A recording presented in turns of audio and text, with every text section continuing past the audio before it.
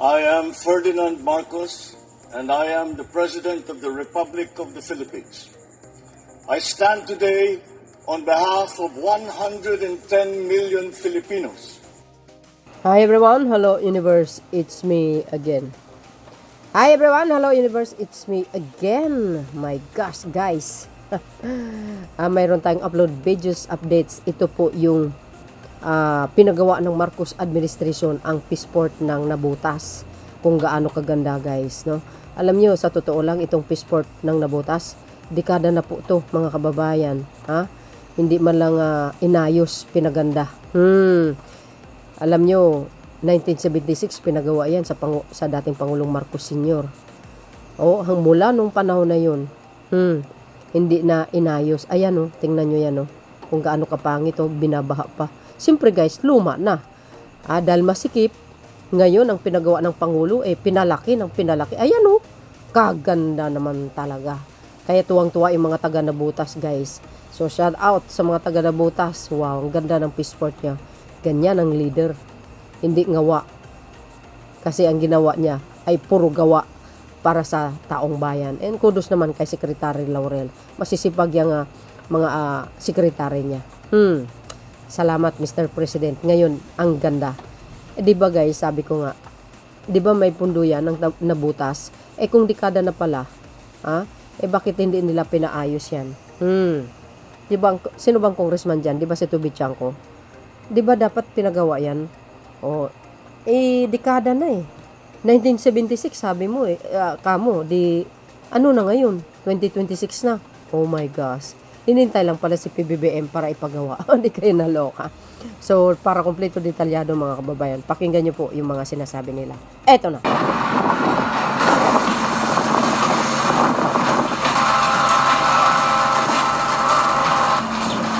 Wow, grabe. I'm happy to report naman na kitang-kita naman natin dito na medyo maganda yung facility. It's a real big upgrade from what it was before. Pero unang-una dati yung condition nito sa sobrang sama niya. Yan, binabaha na binabaha. Ngayon inangat ito So, parang yung capacity dito dati or the number of days of operation, parang nabawasan to, let's say from one full year, nabawasan ng 25 to 30% dahil sa baha, high tide. Tapos yung inefficiencies nito dahil this is a 50-year-old port. So ngayon, mas mabilis ang mag-unload, mas marami ma-unload, mas maraming days siyang open. So malaking bakit, hindi lang yun meron tayong plano na hindi lang ito magiging fish port. Pati yung mga ibang goods from, let's say, Mindoro, Palawan, Romblon, Marinduque, na agri-goods, may ibababa na rin ito, mabenta ng wholesale para mabawasan ang transport cost, mabawasan din ng traders. So hopefully makatulong din to sa pagbaba ng inflation, makamura ng bilihin sa mamamayang Pilipino. Malaki ang maibabawas sa tinatawag natin na post-harvest losses. As of now, nasa between 30 to 40% ang nasa statistics na tinatawag na post-harvest losses. Ang Nabotas Fish Port ang premier fish port natin sa buong bansa. Pag naayos natin ang Nabotas Fish Port, yan ay nagsisignify na bubuti at patuloy na bubuti yung mga regional fish ports, municipal fish ports natin. At malaking epekto yon sa kabuuang fishing industry. So as of now, PFDA, DA and PFDA, and of course with the support of the administration of President Bongbong Marcos Jr., ay talagang marami tayong inaayos. Almost lahat ng 9 regional fishing ports natin ay ongoing at inaayos natin. Wow. May patapos na. Wow. And may mga binubuo tayo or tinatapos tayo ng mga ice plant, and small fishing ports also sa municipal level. So, yung Nabotas Fish Port ay naglalarawan ng estado ng mga fishing ports sa buong bansa. Pag naayos natin to, susunod na lahat yan sa regional at saka sa provincial and even municipal level. Ginawa ito noong 1976, ngayon lang siya in-improve. At para sa inyong kaalaman din, ang unang bumisita dito ay si former President Ferdinand Marcos. Wow. Ngayon, sinulungan na kami, sinuportahan na kami, at bibisitahin pa kami ng ating mahal na Pangulo, President Bongbong Marcos. Kaya sa amin ay napakahalaga nito. Napakahalaga nitong suporta na tinanggap namin at napakahalaga nitong i-improve itong facility. Salamat po kay President Bongbong Marcos. Ang salamat po sa kanya kasi pinalawak niya po itong Navotas Peaceport namin. Pinaganda niya. Mr. President, maraming salamat po sa pinagawa niyo sa amin dito sa Navotas Peaceport. Lumaki na ho ang namin dito, Peaceport. Medyo nakaluwag-luwag po kami, hindi katulad ng araw masikip, medyo binabaha kami. Ngayon po, napakaganda po. Maraming pong salamat, Mr. President.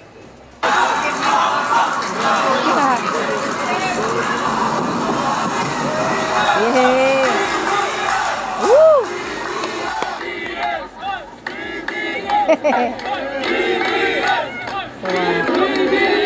Ala! Galing! Wow! Naku, iyawan sila.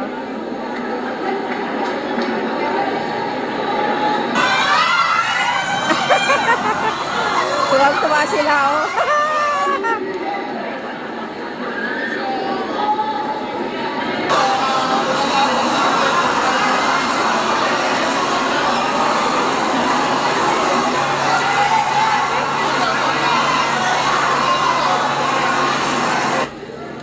Wow, ganda.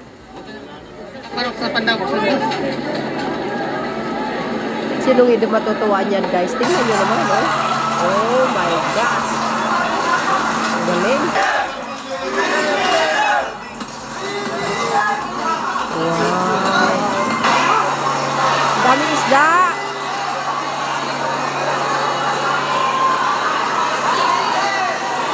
Dami, oh. Sarap.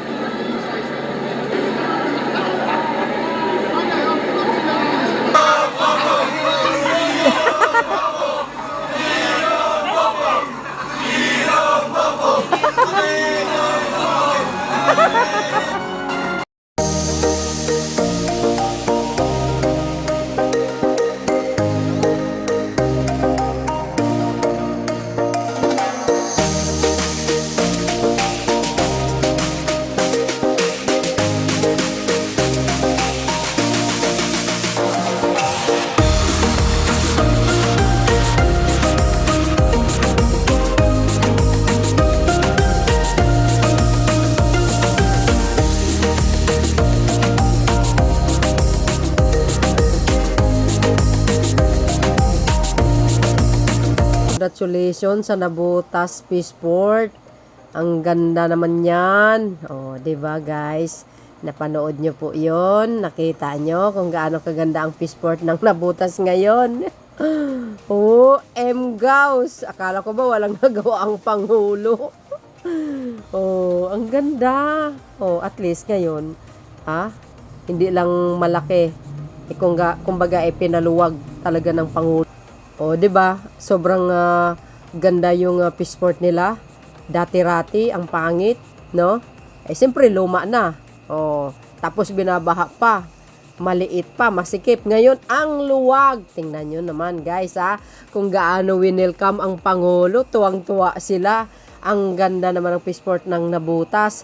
Sabi ni Sir, 1976 ginawa. Dekada na, hindi man lang pinagawa. Hinintay lang talaga si Pangulong Marcos Jr. para ipagawa uli. My gosh! Ay, tika nga muna, no? 'Di ba ang may pundo po ang Navotas? Kung 1976 pinagawa sa panahon pa ni Pangulong Marcos Sr., nasaan po yung pundo ng Navotas? Ba't hindi pinagawa yan? 'Di ba malaki din ang pundo ng Navotas? Correct me if I'm wrong, guys, ha? Si Tubit Tiangco, no? 'Di ba, guys, parang parang tawag dito, parang may nasasabi siya sa Pangulo. Pero itong lately na panood ko siya, parang nag-iba ang ihip ng hangin. But anyway, congratulations sa Navotas sa Peaceport nyo. Ang gandang-ganda naman. Ganyan ang leader. Talagang nakikita yung gawa, hindi puro ngawa-ngawa. Ganun, 'di ba? Dapat lang. Nagpapasalamat talaga sila sa ating mahal na Pangulo.